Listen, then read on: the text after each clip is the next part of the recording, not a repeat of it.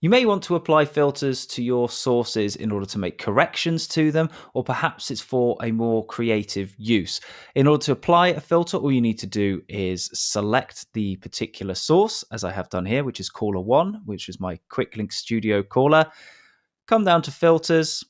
That opens up the filters window here. Now you see it's divided for this particular source into audio and effect filters. If your source doesn't have any audio properties, then you won't be able to apply any audio filters to it. So this screen might look slightly different depending on the source that you're using. For this one, I'm going to add an audio filter.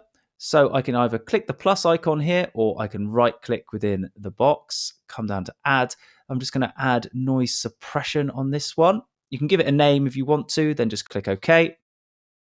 You might already be able to hear the difference, and you can hear that the noise suppression has been applied.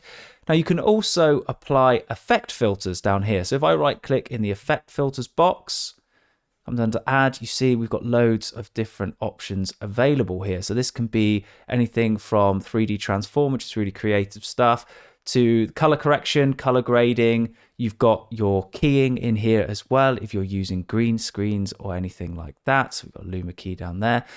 Dynamic masks if you're using a mask for any of your streams or anything like that, making it a bit more creative. Lots and lots of different options available. I'm just going to use color correction for this example. So perhaps you want to make some corrections on here. I'm just going to open up the color correction, and you can see that I can now just apply some different settings here to make sure I've got everything looking just as I would like. Bump some of these things up a bit.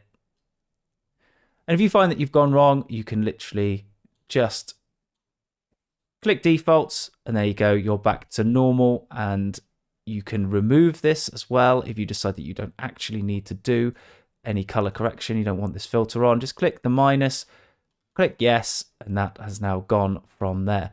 One thing that you may also notice is because I have a filter applied on this particular source, you see that I've got a little icon here which indicates the filter is the same icon if you got down here with the filters. If I were to click that, that basically just goes red, and then it bypasses all the filters that are applied to that particular source. That can be really useful if you do a lot of correction on there, like maybe it's color correction or color grading, and if you want to just see what it looks like very quickly with all of that off and then back on again, you can do that like so.